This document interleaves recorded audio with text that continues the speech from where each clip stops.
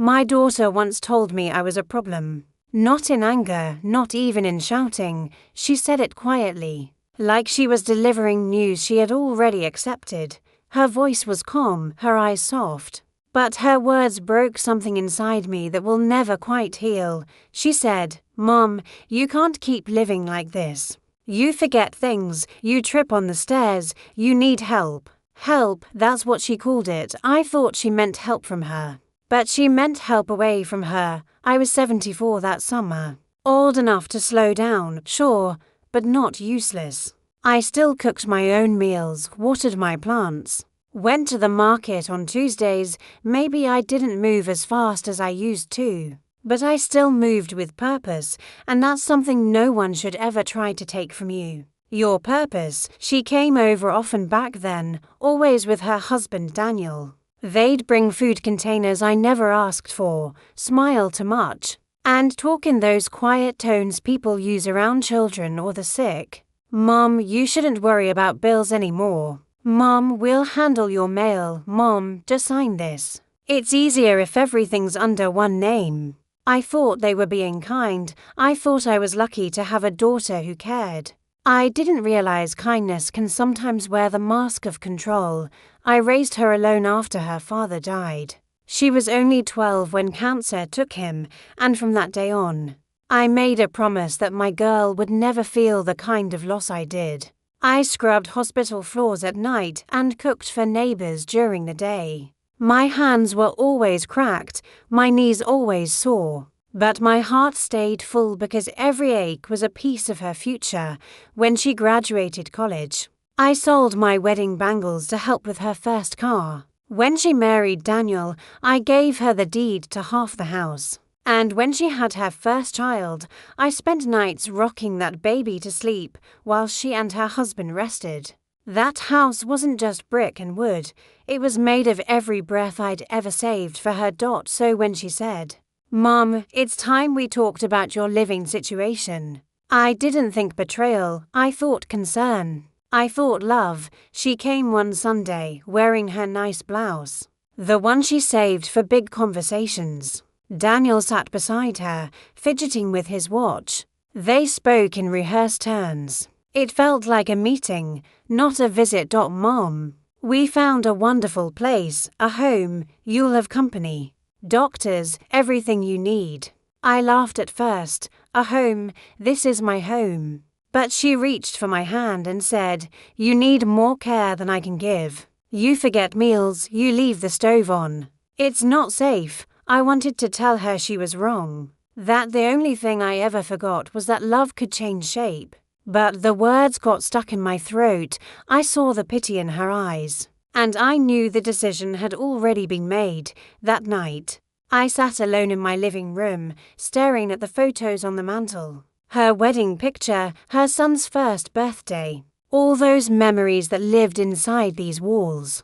And I realized she wasn't talking about safety. She was talking about convenience. A week later, she asked me to come with her for lunch. She even laughed. Said she'd found a new place that served my favorite soup. I didn't bring a bag. I didn't bring my medicine. I didn't bring anything because I thought I was coming back.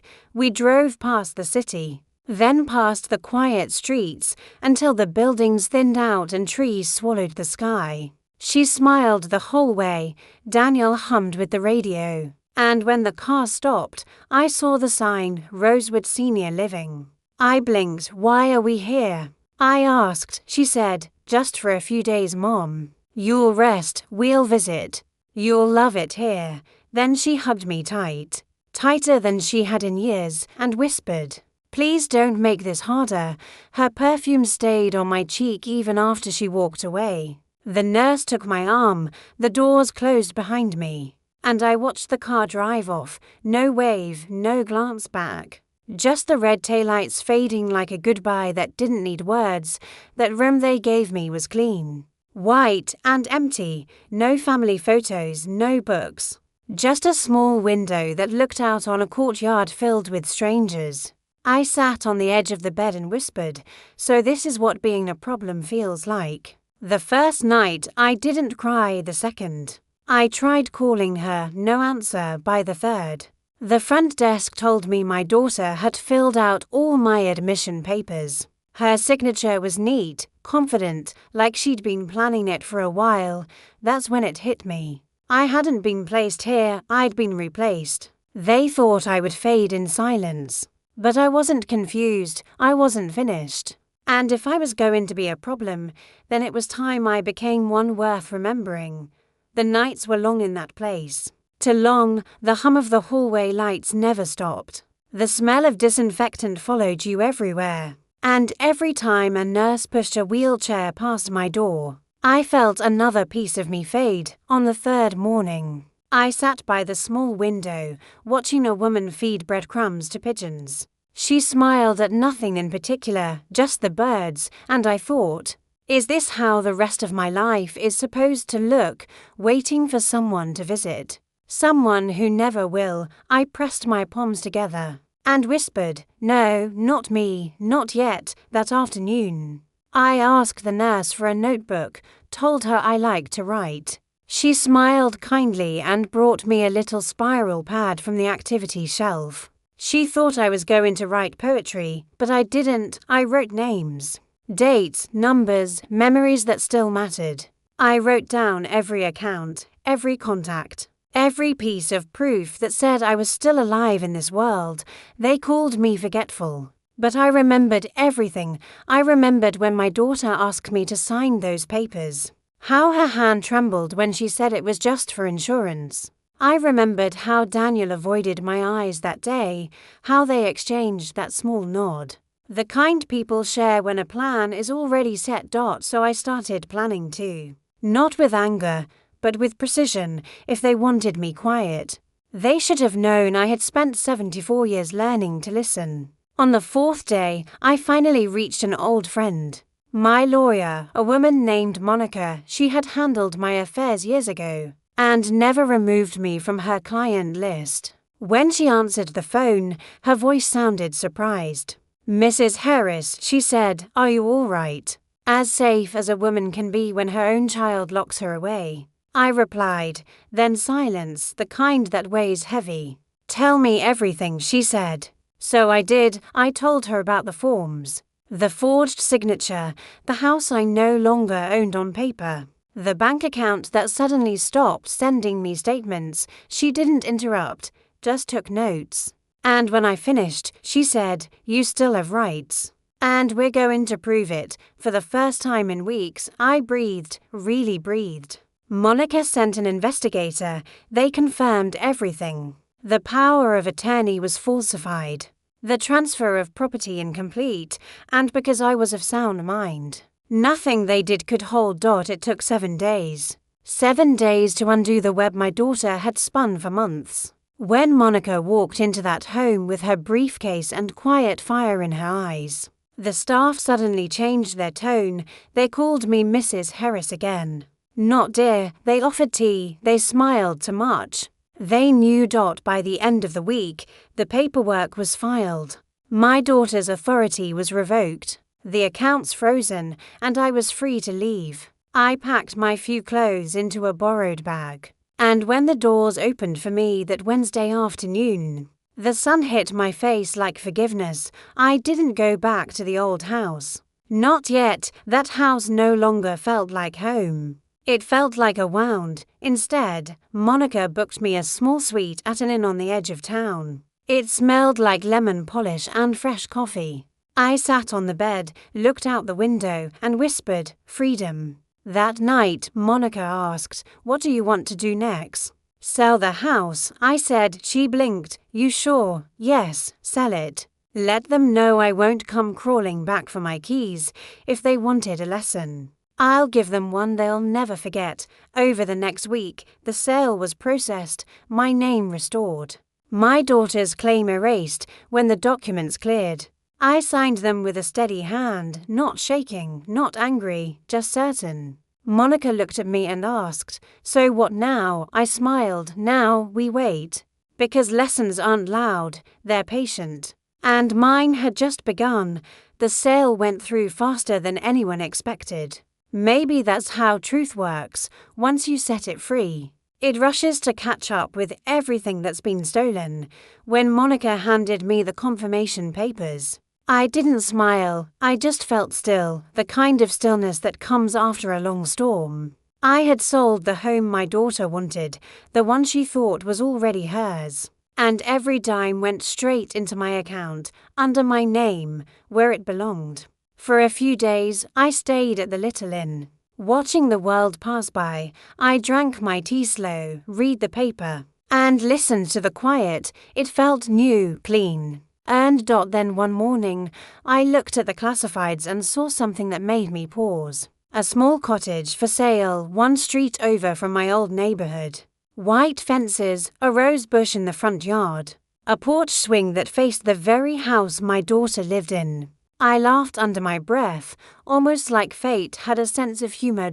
By Friday, the cottage was mine, paid in full, no mortgage, no help, no permission. When the keys touched my palm, I felt stronger than I had in years. It wasn't revenge I wanted, it was reminder. A lesson carved in sight and silence. Moving day was simple, one bag, one box of memories. And the rest was peace. I wore my favorite blue dress, the one my daughter always said made me look tired, and sat on that front porch as the sun dipped low. The air smelled like jasmine, and for the first time, I wasn't waiting for anyone.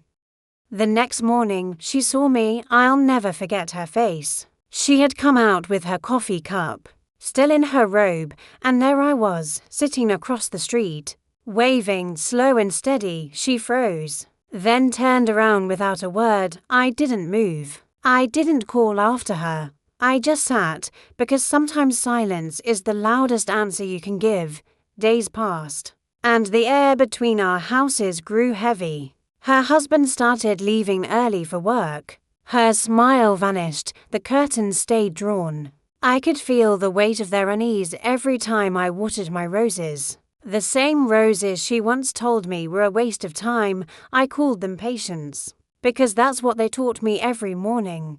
Then, one afternoon, a knock at my door. It was my granddaughter, little Emma, now 14. She stood there holding a school bag and a nervous smile. "Grandma," she said softly. "Can I sit with you?" I nodded, poured her some tea, and we sat on the porch together. She looked at me, eyes curious. "They said you weren't feeling well. That's why you went away." I smiled. "Is that what they told you?" She nodded.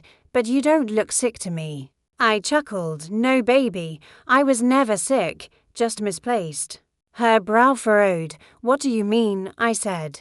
"Sometimes people put you away because it's easier than facing what they owe you." She stayed quiet, just listening, and then she whispered, "Mom cries a lot lately. Dad doesn't talk much." I nodded.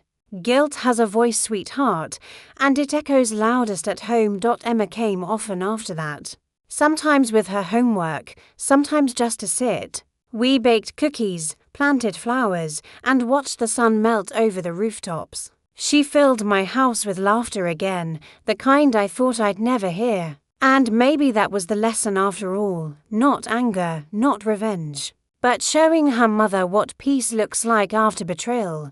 A week later, there was another knock. This time it was my daughter. She stood on my porch, eyes red, voice trembling. "Mom, why are you doing this?" "Doing what?" I asked. "Living here, across from us, like you're watching." I took a breath. "I'm not watching, I'm living. You could have moved anywhere." She said, "I wanted to be close." I replied, "So you could see what strength looks like." She shook her head.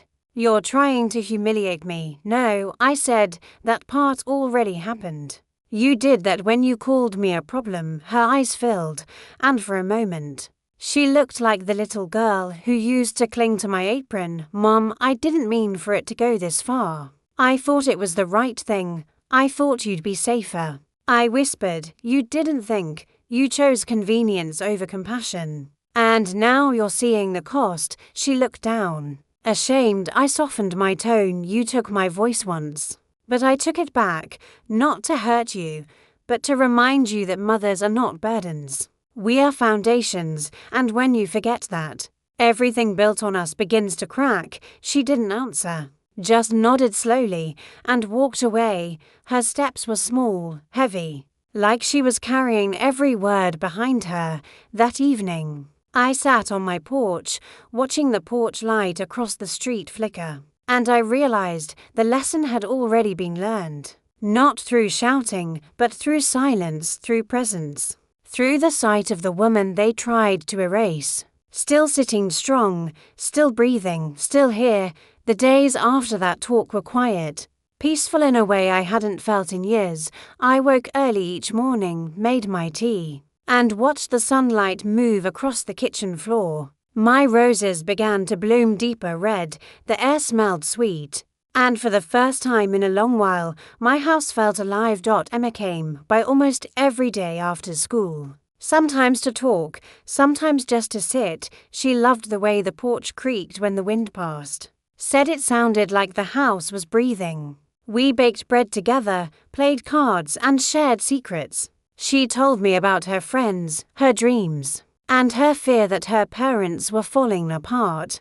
I told her that sometimes things have to break before they can become whole again. She didn't say anything, just leaned against me, and in that moment I realized the cycle of love was still alive. It had just skipped a generation. My daughter stopped coming by for a while, but I didn't chase her. I had done enough chasing in my life. She needed time. Time to see herself the way I had seen her that day on my porch. Weak not from age but from guilt. Some nights, I would see her standing by her window, looking my way, but she never waved. I didn't need her to. Silence has its own kind of forgiveness, and I had already given mine. A month later, a letter came from my lawyer, Monica. She had finalized the will I'd asked her to prepare. Every word written exactly as I wanted. My daughter would receive nothing. Not out of anger, but out of principle. The house I lived in now would belong to Emma when she turned 21. Until then, a trust fund would care for her education and dreams. The rest, every penny from my savings and the house I sold, would go to a charity we started together, the Harris Legacy Fund, dedicated to helping the elderly women who had been discarded or silenced. Women who still had fight left in them, but nowhere to begin. When I told Monica to make it official, she smiled and said, "That's not revenge, Mrs. Harris. That's legacy." I smiled too, because she was right. I didn't want to be remembered for what was taken from me. I wanted to be remembered for what I built after. Emma helped me deliver the first check to the local community center. $10,000 to start a transport service for elders living alone. She asked why I didn't want my name on it, and I said, "The people who need it won't care who gave it. They'll just be grateful someone did." She nodded and smiled, that small, knowing smile she got from me. A few days later, my daughter came again. She didn't knock this time, just stood at the edge of the walkway, eyes tired, face pale. She said, "Mom, Emma told me about the fund. That's good of you." I nodded. She took a deep breath. "Mom, I know I can't undo what I did, but I hope someday you'll believe that I didn't mean to hurt you." I looked at her, and for a moment, I saw the little girl she used to be, standing in the doorway after scraping her knee, waiting for comfort. I said, "I believe you didn't mean to, but meaning doesn't erase the doing." She nodded, eyes wet, and whispered, "I'm sorry." I said, "I forgave you long before you asked. But forgiveness doesn't mean forgetting. It means I choose peace, not pain." She covered her mouth to stop a sob and walked away, slowly, quietly. And I knew that was the last time I would see her for a while. That evening, Emma sat with me on the porch, watching fireflies dance in the yard. She looked up and said, "Grandma, you're not a problem." I smiled. "No, sweetheart, I never was. Some people just don't know how to love what they can't control." We sat in silence, listening to the crickets, the soft hum of night, the peace that only comes after too many storms. I looked at her and said, "Promise me something. Don't let the world make you hard. Don't let comfort make you cruel. And don't ever forget who built the ground you stand on." She squeezed my hand and said, "I promise." Weeks passed, then months. The house across the street grew quiet, the curtains stayed closed. The garden turned dry, and one day, a moving truck appeared. My daughter was gone, no goodbye, no letter, just absence, and somehow it didn't hurt. It just felt like closure. I sat on my porch that night, with my tea and my peace, watching the stars bloom above me. And I thought about everything that had happened. How love can twist, how betrayal can bruise, but also how strength can grow from the very soil of heartbreak. They sent me to an old age home and called me a problem. But I came back stronger than ever, not to punish them, but to remind them that you can't bury a woman who's still blooming. I wasn't a burden. I was the root, and now I am the garden.